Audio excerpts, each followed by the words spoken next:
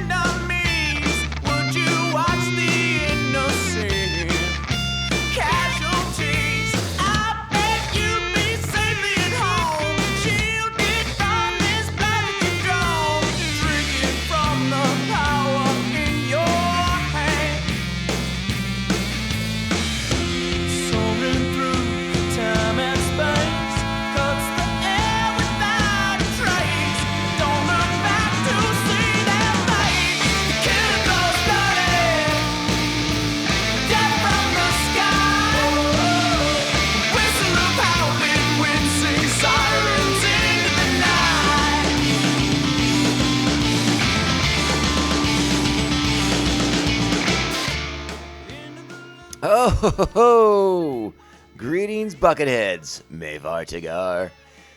I am your host of the Mando podcast, Nargai Tom. Welcome to another special Bantha Tracks bonus episode of the podcast. We're here today to get into the nitty-gritty of the just-released trailer for Tales of the Empire, coming on May the 4th. So we have something new to look forward to on May the 4th be with you, which is always an exciting day to be a Star Wars fan. And I'll be honest, I was completely surprised when this trailer popped up in my feed. I was not expecting such delights, but that's what we got. So let's go ahead and talk about it. You know, it's time. Just strap on your buckets. Let's go. You heard the opening. We get Thrawn right from the jump, and we're getting two tales in this. One of them, the backstory for Morgan Elsbeth, how she and Thrawn become connected, her path for vengeance against Grievous for what he does to the Night Sisters on Dathomir, how she ends up where she ends up when we meet her in The Mandalorian, when Ahsoka's after her. You know, she has the Beskar staff, and it looks like it's going to be a really compelling backstory for Morgan Elsbeth. So I'm very, very excited to get into that. I don't know if I have too much to add to it other than like the animation looks spectacular. Seeing Grievous in all his horrific glory, it looks like another take on the Battle of Dathomir, the death of all the Night Sisters. Again, the animation looks completely stellar, and I'm here for every second of it because that's a character who was, given some import in The Mandalorian and then in the Ahsoka series, and to go full circle now, get their backstory, get their connection to Thrawn, how it kind of all began, and it looks like Thrawn early in his career, Imperial career, but also already the master tactician and planner of strategies, knowing that Morgan Elsbeth will be able to serve a purpose for him. So that looks very, very cool. But I think it's fair to say that the absolute highlight of this trailer, of the two stories we're going to get, is one that fandom has been speculated on for years. And now it looks like we are going to get some clarity, some answers. And that would be, and again, this is, I'm going to pause real quick right here and go back to something because as I was watching episode 10 of The Bad Batch just the other day, and we see Jax, the little Miralon boy, I couldn't help but wonder, when would we find out the fate of Barriss Offee? Like, when will we go back and see how she ended up? You know, there's been many a rumor for speculation for years that perhaps Barriss Offee is in fact the seventh sister of the Inquisitors. And it looks like now we're going to get some clarity on that situation as we see Barriss recruited into the Inquisitors, the Inquisitores. And we see Grand Inquisitor, we get to see Vader, we get to see all the things she has to do to join the Inquisitors. We see Fourth Sister, we see Maruk from the Ahsoka series, and many, many other glimpses of awesomeness and Jedi Inquisitor awesome things. Many red lightsabers abound. And I think that's the one. I will be perfectly blunt and direct with you all. That is the story that I am most looking forward to seeing, because Barriss is a character that I enjoyed very much in the expanded universe, and even more so in Clone Wars, when she becomes the sort of poster child for the Jedi who seem to be self-aware that the path they're on is the wrong path. Now, again, we talked about it in those episodes. Barriss makes horrible decisions to get this point across, and she ultimately is framing Ahsoka for all these murders and doing all these horrific things. But she's not wrong in what she has to say about the Jedi and their role in the war and those things. So, in one regard, Barriss is something of a sympathetic character because, again, one of the few Jedi who seems to know that they are on the wrong path and on the wrong side of history in this whole thing. But now we see that she's presented with the opportunity to join the Inquisitors, and we get to see what the whole process of going through and becoming an Inquisitor, which I believe was documented in some comics, but those again sort of become secondary after anything that's on TV, basically. Like the comics and the novels are second tier continuity compared to the TV and movies. So I think, and again, we'll probably get to explore it a little bit more fully. And it looks like you get like that cool moment where the Inquisitor throws down like one lightsaber between two people, and it's kind of reminds me of that moment in the Dark Knight when the Joker breaks the pool sticks, and they're having aggressive expansion, and maybe that's what the Inquisitors are doing too. But yeah, that looks like the story that is going to be the most compelling to me, the one that I would imagine the vast majority of the fandom who have watched Star Wars: The Clone Wars.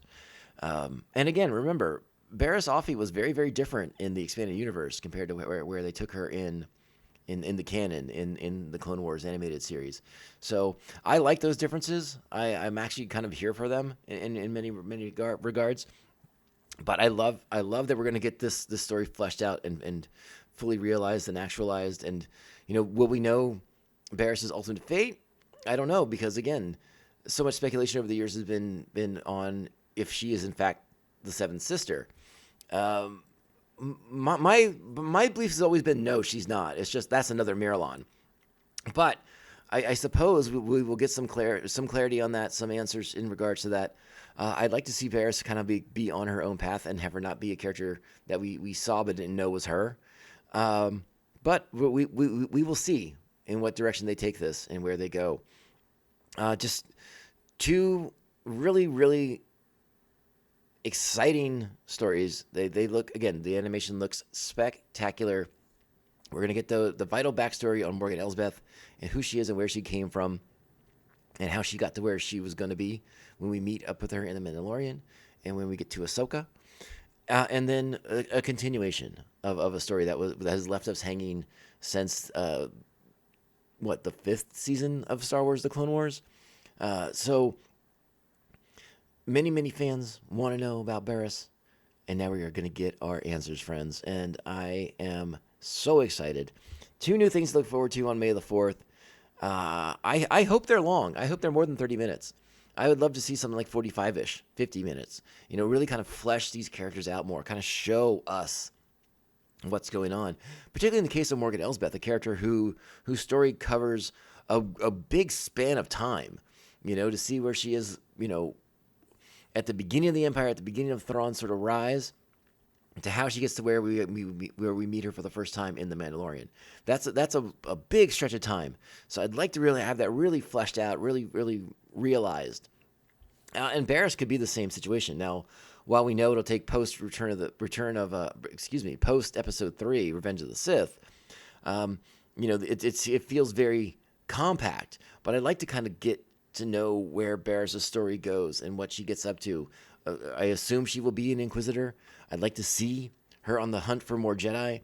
I'd like to see her working with Vader. I mean, that whole thing's got to be a real head scratcher for Vader to see Barriss is now one of his Inquisitors. So there's really a lot to kind of get into here. I hope they really give him some meat for these episodes. Again, I'd love them to be 40-ish minutes, an hour even. That'd be phenomenal. I don't know if we'll get that. Star Wars Animation has rarely done that sort of thing, if ever. And in my recollection, I don't think they have. But it would be really, really cool. I mean, other than the Clone Wars movie itself.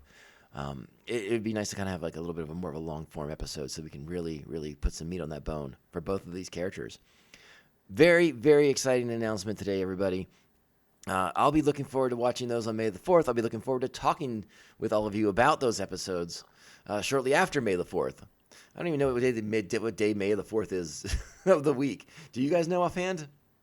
Let me look at it real quick here for you guys. Let's see. May the 4th will fall on... Oh, it's going to be on a Saturday this year. So that's kind of cool. But it does mean I'll probably be at work. So yeah, I'll get to... We'll probably have to have a little chat on May the 6th about these episodes. But it's going to be excellent. I really am looking forward to it. So again, Morgan Elsbeth... Barriss Offee, we're getting those stories. If you haven't seen the trailer for Tales of the Empire, check it out now. They just dropped it about an hour or so ago. Go get it while it's hot, my friends. All right, Bucketheads. Our bonus episodes can only end one way. This is the way. This is the way. This is the way. This is the way. You expect me to search the galaxy for the home of this creature and deliver it to a race of enemy sorcerers? This is the way.